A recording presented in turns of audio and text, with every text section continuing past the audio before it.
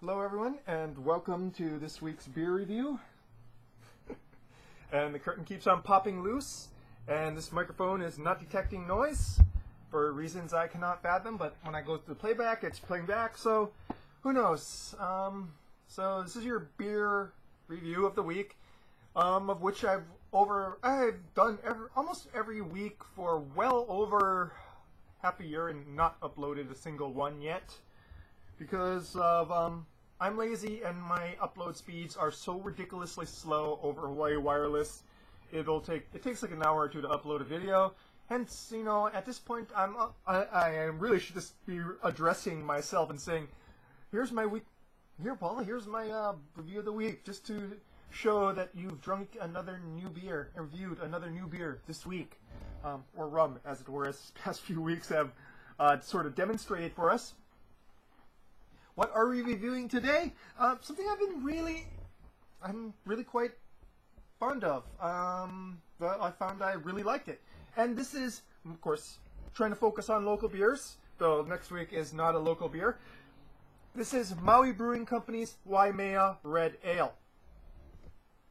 So, an American-style red ale brewed with Waimea and Mosaic hops. So this is a limited release, and why is it a limited release?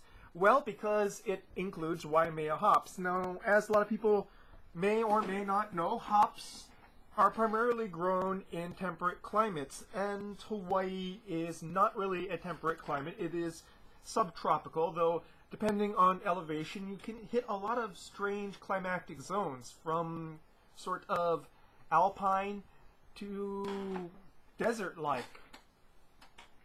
And in my case, humid tropical, as right now it's very humid, sticky heat. Now Waimea on the Big Island is high enough and yet still flat enough and rainy enough, and also dry enough, that it's one of the few places in Hawaii where you can successfully grow hops. Now, because you cannot get the sort of extended daylight hours as you would in a temperate climate, which is really important for the growing of hops, the yield of hops is probably nowhere near as great as you would get in California or New Zealand or any place along the sort of latitudinal bands where you grow hops very well. But still is very interesting to see that there, for the first time, a Hawaii brewed beer is including Hawaii grown hops. And obviously either these hops are so low in quantity or so difficult in flavor that they have to include Mosaic as well. So I'm kind of wondering what straight Waimea hops would taste like. It might taste wonderful, it might taste odd. But still, it is a great inclusion in this beer. Now this is 6.5 ABV, so it's kind of pushing the limits almost into India Red Ale as a style, as opposed to just plain red ale. But I found it quite balanced, to tell the truth. And since we're going to do that, yeah, let's go and pull out. You know, I love how this thing just randomly gets blurry at times. I really need to get an actual camera. The webcams are not good for these. So let's try. Keep on staring at. If you haven't noticed over the years, I stare at the monitor a lot more than I do at the camera.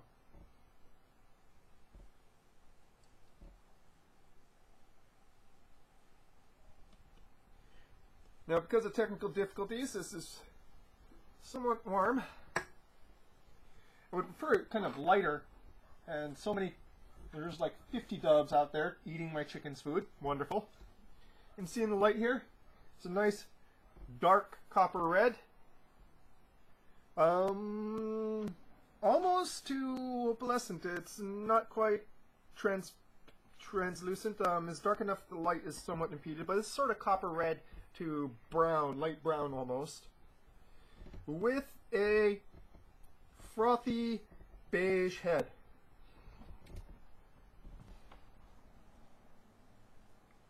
Very big, dank smell here.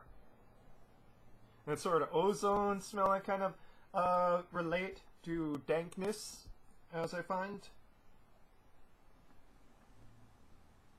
And tropical fruits. Smells fairly sweet. sweet and dank, as you would expect something growing from Hawaii would smell. Not too much of a sense of the malts in the nose here, so let's get straight to the tasting, shall we?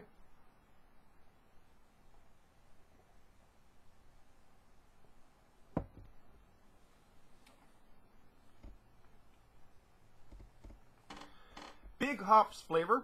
It's comparatively well hopped, but there's a nice malt balance to it. So the malts are almost on the same level as the hops, so both really make an appearance in the finish there. Let's go and bring it back out again, since it likes to do that. Bring the beer back out slowly. There we go. And let's just go and open this up, because you really don't need to see me, the features of my face, all that well.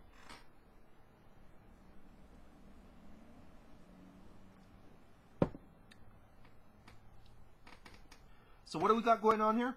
Well, in the finish, got sort of resinous and still honestly kind of dank bitterness from the hops, but as well as this also a brown bready maltiness lingering on the palate as well. So the malts go and make it all the way through to the finish, as well as the hops in this. Both of them, I would say the hops is kind of, the hops in the finish are a bit stronger than the malts, but both of them are still there.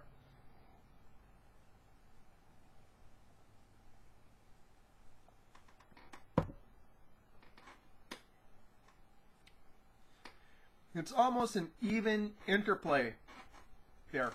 In the front, you've got toasted brown bread, and almost like, if you could say, like a unsweet kind of marmalade-y flavor onto it. So it's still kind of sweet, so it's still kind of got like a marmalade kind of caramelness to it, but there's also a pithy bitterness as well. I guess you could call it Seville oranges, you know, in its uncaramelized form, perhaps. Less caramelized, maybe.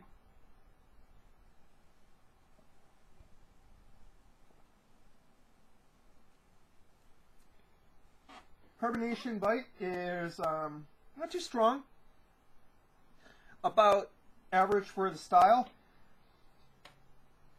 Mouthfeel, this doesn't drink like a 6.5. It definitely feels like a percentage point lower, 5.5 or so.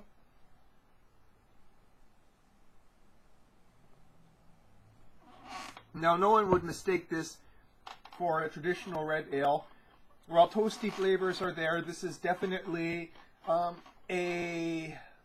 it's definitely not, what's the word I'm looking for here, on the tip of my tongue. It's definitely not just a malt chiller. There's a lot of things going on with the hops here. Now, can I suss out, you know, what the Waimea hops are adding here? Not really, to tell the truth, because as much beers as I've reviewed, I really haven't gotten a very good sense of single origin hop flavors.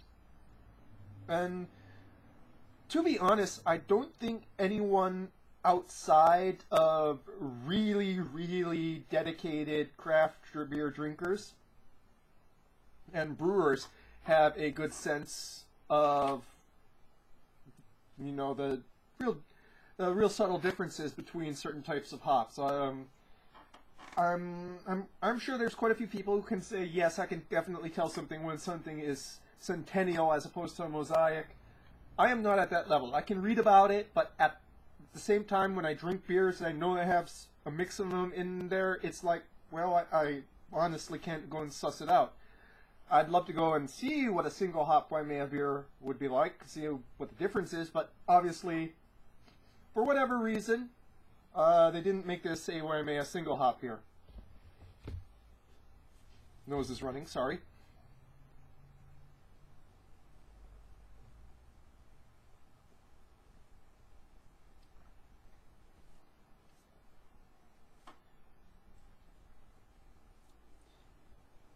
So, I haven't really talked about the mids. It's just sort of a transition from that sort of toasty brown bread with sort of bitter marmalade on top of it to the sort of dank brown bread finish that lingers on the palate. But to be honest, I'm starting to think I have an allergy to beer or something, because when I did the rum reviews, I did not have runny nose after. What am I ranting about now? So this is truly something that I am quite... This is the first beer I've had in quite a while that's kind of blown me out of the water. It's really, I can't emphasize how good of a beer it is in terms of balance, in terms of flavor nuances. And it's a limited release, so if you do see this Waimea Red Ale, go out and get it. I'm getting very jaded when it comes to beer. So when I have something that I go and drink and it's like, wow, this is really sublime. And like I said, to be honest, even though it does have these rare Hawaiian, they're not saying it's rare Hawaiian hops, so I'm going to say it's rare Hawaiian hops in it. It is something of a one-off thing, but it's really not pushing any flavor boundaries. It's just a very fine, well-made beer with a lot of nice nuances, a lot of balance, and go out and get it. Maui Brewing Company, Waimea Red Ale. It's a limited release. Go out and get it while you can. That's your beer review for today, folks. Cheers.